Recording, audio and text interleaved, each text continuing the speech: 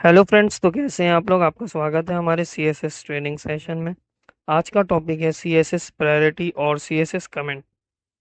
काफ़ी इंपॉर्टेंट चीज़ है ये समझना जब आपको मल्टीपल स्टाइल अप्लाई करनी होती है एक एलिमेंट पे। तो चलो आज हम इसको अच्छे से समझते हैं। सबसे पहले बात करते हैं सीएसएस प्रायोरिटी की। जब एक एलिमेंट पर मल्टीपल सीएसएस रूल्स अप्लाई हो रहे होते हैं तो ब्राउज़र को डिसाइड करना पड़ता है कौन सा रूल अप्लाई करें। इसको हम कास्केडिंग ऑर्डर कहते हैं। प्रायोरिटी का ऑर्डर कुछ ऐसा होता है जैसे कि सबसे पहले इनलाइन स्टाइल। तो इसकी जो होती है वो हाईएस्ट प्रायोरिटी रहती है। देन है इंटरनल और एक्सटर्नल प्रायोरिटी। तो इसकी जो होती है वो लोअर होती है इनलाइन से। और इसके अंदर जो इंटरनल और एक्सटर्नल जो सीएसएस होते हैं ये स्पेसिफिसिटी पे बेसिस पे डिपेंड होता है कि किसको प्रायोरिटी देना है। देन है ब्राउज़र डिफ़ॉल्ट स्टाइल। तो ये सबसे लोवेस्ट में आता है। अगर और कोई स्टाइल नहीं दिया हो तो ये इसकी जो स्टाइल है वो अप्लाई होती है एलिमेंट्स या आप बोल सकते हैं किसी भी चीज़ पे। चलो अब एक एग्जांपल देखते हैं। सपोज हमारे पास एक हेडिंग है और तीन जगह से इसको स्टाइल दिया गया है। एक्सटर्नल सीएसएस, इंटरनल सीएसएस और इनलाइन सीएसएस।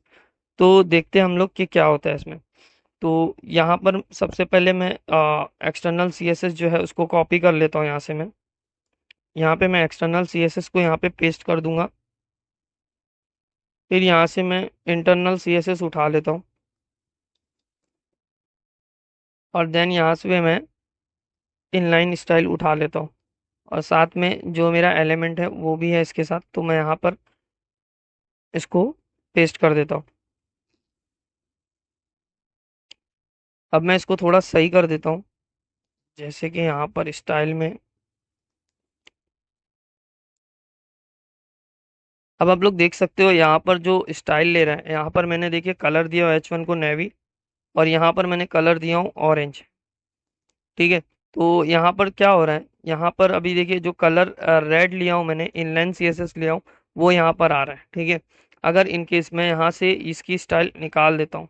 इसने पहली जो प्रायोरिटी है वो इसको दिया कि जो ये H1 के साथ स्टाइल एट्रीब्यूट के साथ जो आ रहा है उसको यहाँ पर वो ले रहा है। अब मैं यहाँ से इसको हटा देता हूँ तो अब देखिए क्या होएगा। अब जो मेरा इंटरनल सीएसएस है ना, अब इसका जो कलर है वो ऑरेंज हो जाएगा। देखिए यहाँ पर अब इसका कलर जो है वो ऑरेंज हो गया है।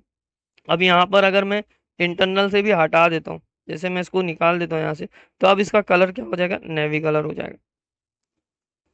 अब जो ब्राउजर का कलर है अगर मैं इसको भी निकाल देता हूँ तो अब जो ब्राउजर का बाय डिफॉल्ट कलर है ब्लैक कलर, वो यहाँ पर आप लोगों को दिखाई देगा। तो इस तरीके से जो प्रायोरिटी है वो काम करती है। तो सबसे पहले inline CSS, then internal, then external, फिर देन उसके बाद ब्राउजर। अब थोड़ा और डीप ड्राइव करते हैं। प्रायोरिटी के बाद आता है स्पेसिफिसिटी का कॉन्सेप्ट। स्पेसिफिसिटी बेसिकली ये बताता है कि कौन से सिलेक्टर ज़्यादा पावरफुल होते हैं। तो इनमें सबसे पहले है इनलाइन स्टाइल जो कि सबसे हाईएस्ट है।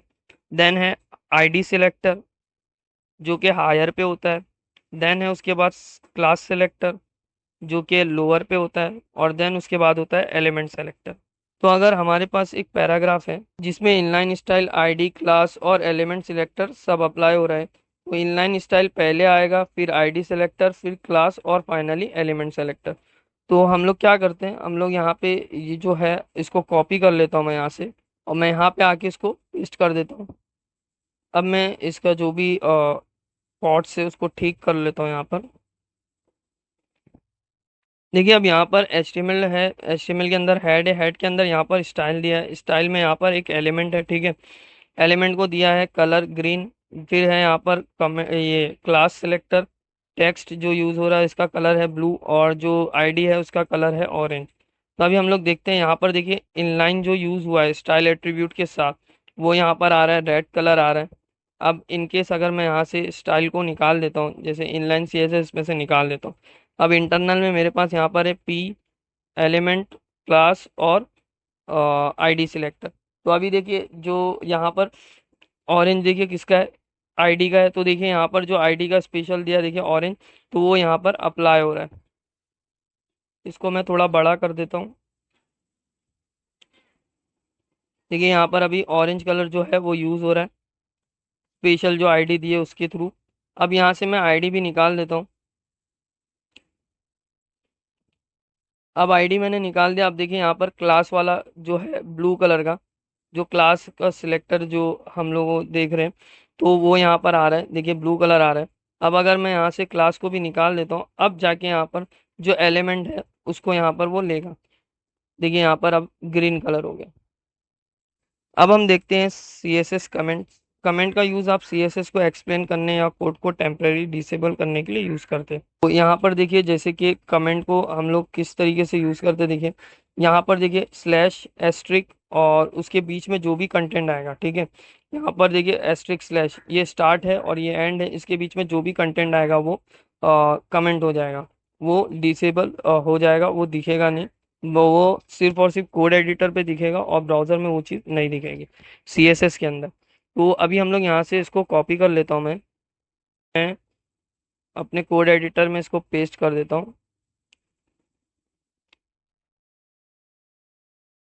अब आप लोग देख सकते हो यहाँ पे देखो, पी जो है कलर रेड जो चीज़ है वही इसके ऊपर अप्लाई हो रही है, ठीक है। अगर इन केस मैं यहाँ पे इसको कमेंट आउट कर देता हूँ तो देखिए जैसे मैं यहाँ पे लगा देता हूँ सिंपली स्लैश और एस्ट्रिक। अब मैं यहाँ पे क्या करता हूँ, यहाँ पे एस्ट्रिक लेता हूँ और स्लैश। तो इस तरीके से मैं सिंगल लाइन जो कमेंट हम लोग बोलते हैं और लैंग्वेजेस में उसमें, कि ये सिंगल लाइन को हम लोग कर सकते हैं ऐसे इस तरीके से। देखिए दिस इज अ पैराग्राफ, और सेम एज इट इज हम लोग मल्टीपल लाइन के लिए भी सेम जो हम लोग का सिंटैक्स है वो यूज कर सकते हैं। तो यहाँ पर आप लोग देख सकते हैं। अब मैं इसको अनकमेंट कर देता हूँ यहाँ पे। अभी देखिए यहाँ पे जो कलर है वो ब्लू हो जाएगा और जो इसकी मार्जिन है वो 10 पिक्सल आ जाएगी यहाँ पे। तो देखिए यहाँ पर हर तरफ से 10 पिक्सल मार्जिन लेगा। जैसे कि मैं यहाँ पे इसको बैकग्राउंड भी दे देता हूँ।